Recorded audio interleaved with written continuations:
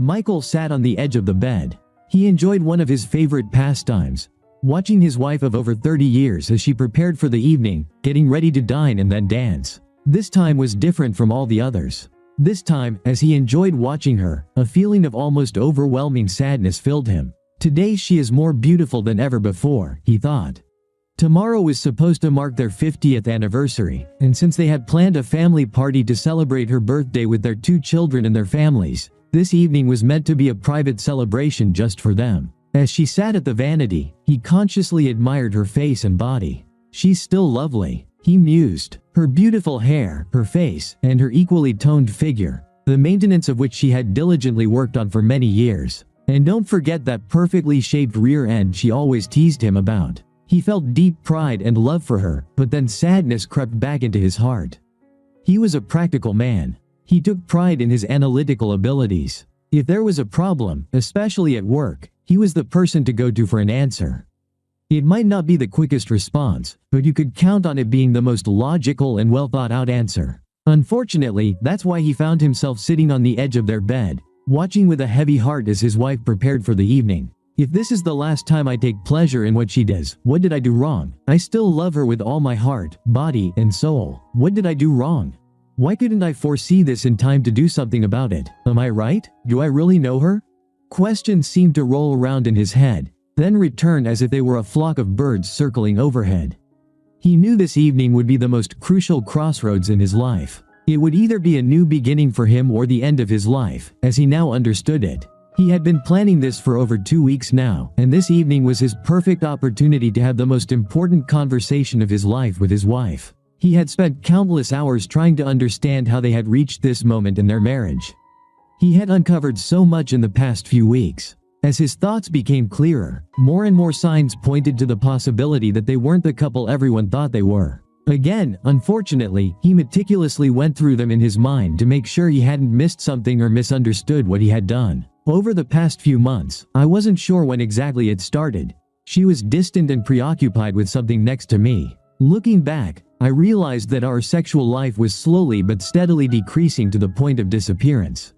There were moments when she overreacted to something insignificant that I did wrong, and she treated me like a king. Especially troubling were the times when she clearly lied about where she was and who she was with. The dinner for 2 at Jolly Restaurant charged to her credit card on that evening when I knew I wasn't with her was a clear signal to me that perhaps I wasn't the only one on her mind. However, the last 2 weeks have been a period where my suspicions became even more real.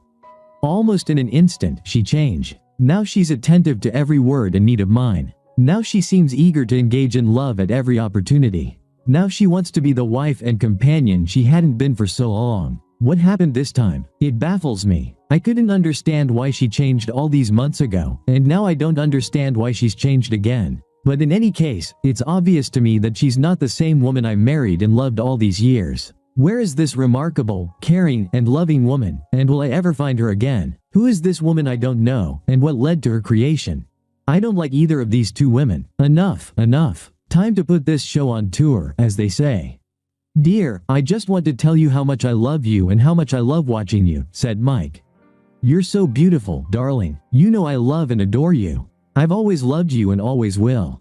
Dawn looked at Mike's reflection in the mirror with a curious expression on her face. Thank you, Mike. I don't know what prompted you to say this, but I want you to know that I love you just as much.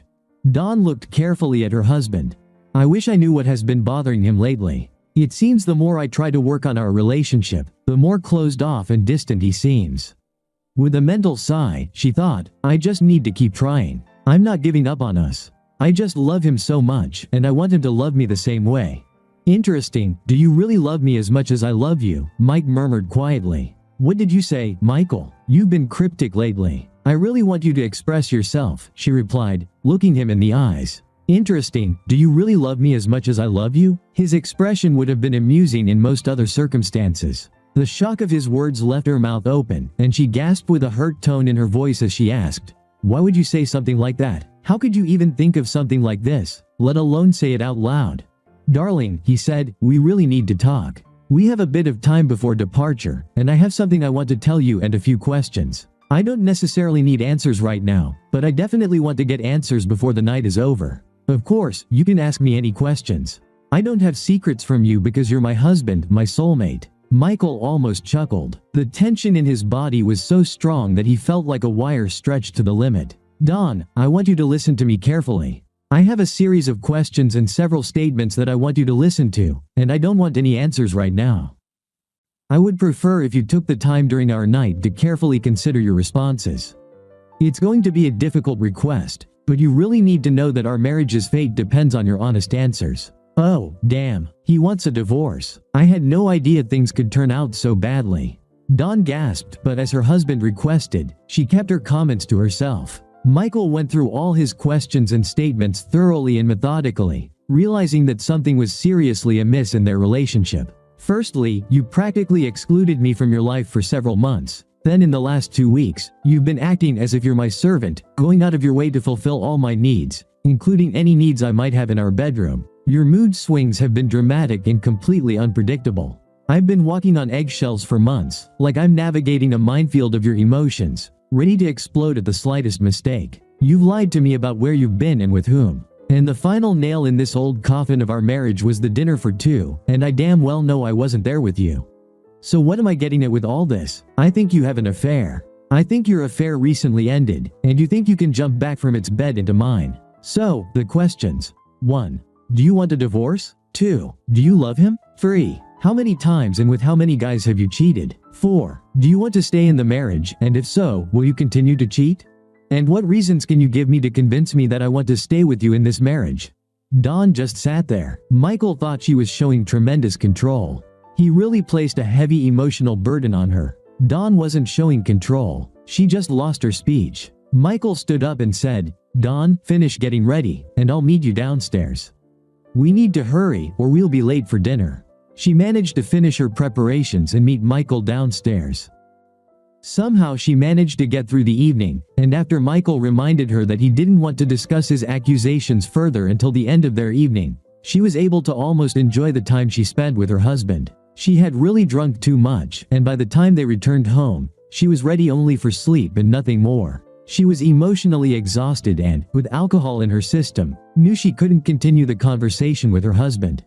So, she complained of tiredness and a headache. She quickly changed into her nightshirt and climbed onto her side of the bed.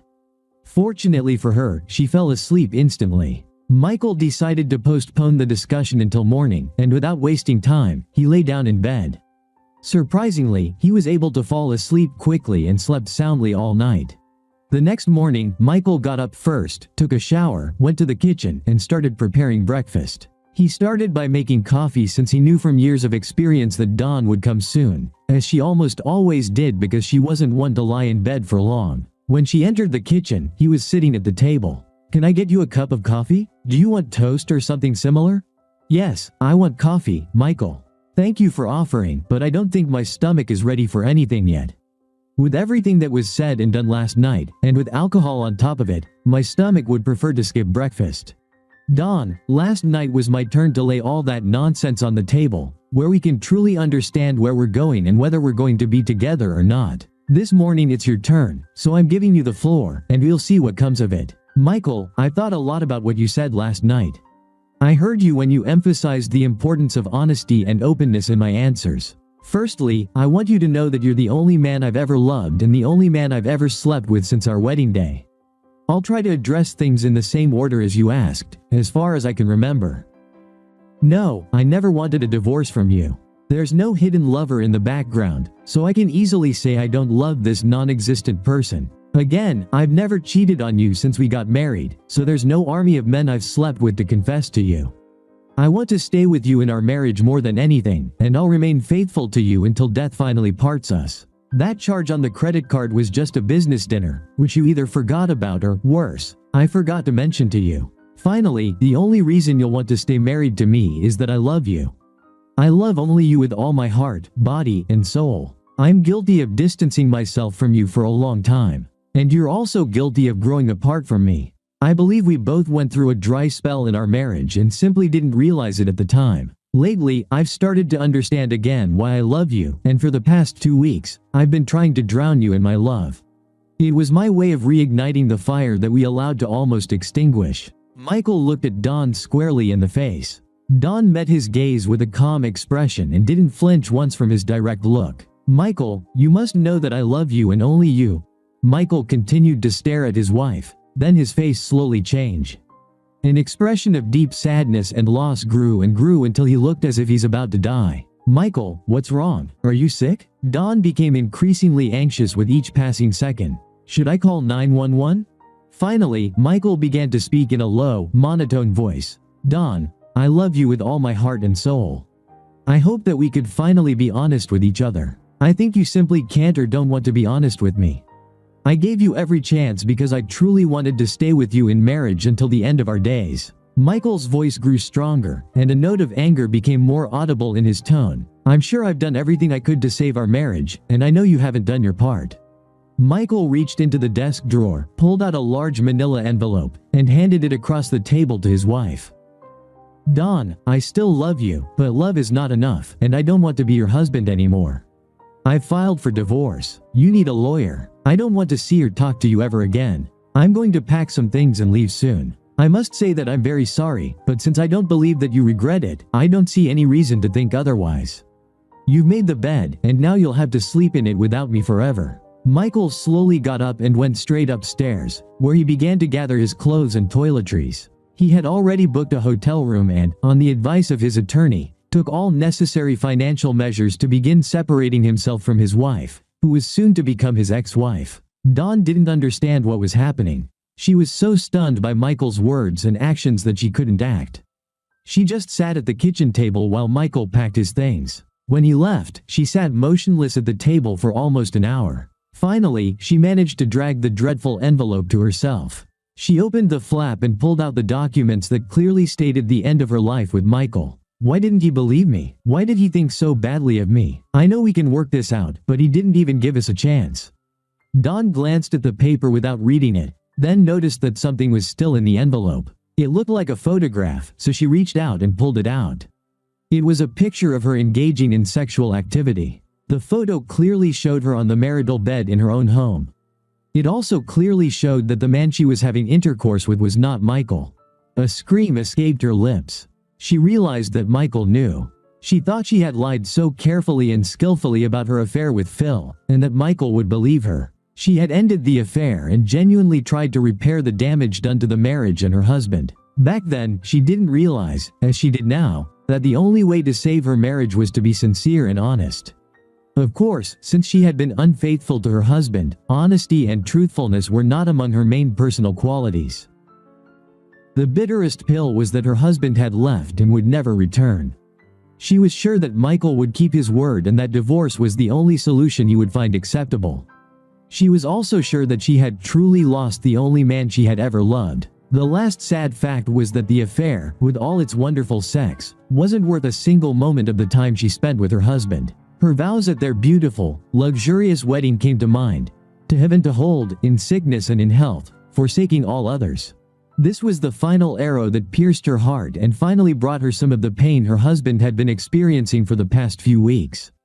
It couldn't compare to his pain, but it was the strongest pain she had ever felt. She knew she was a cheater. She deceived her husband, their children, and their entire family. She would be a cheater now and for the rest of her life. Her whole family looked at her and saw nothing but a cheater.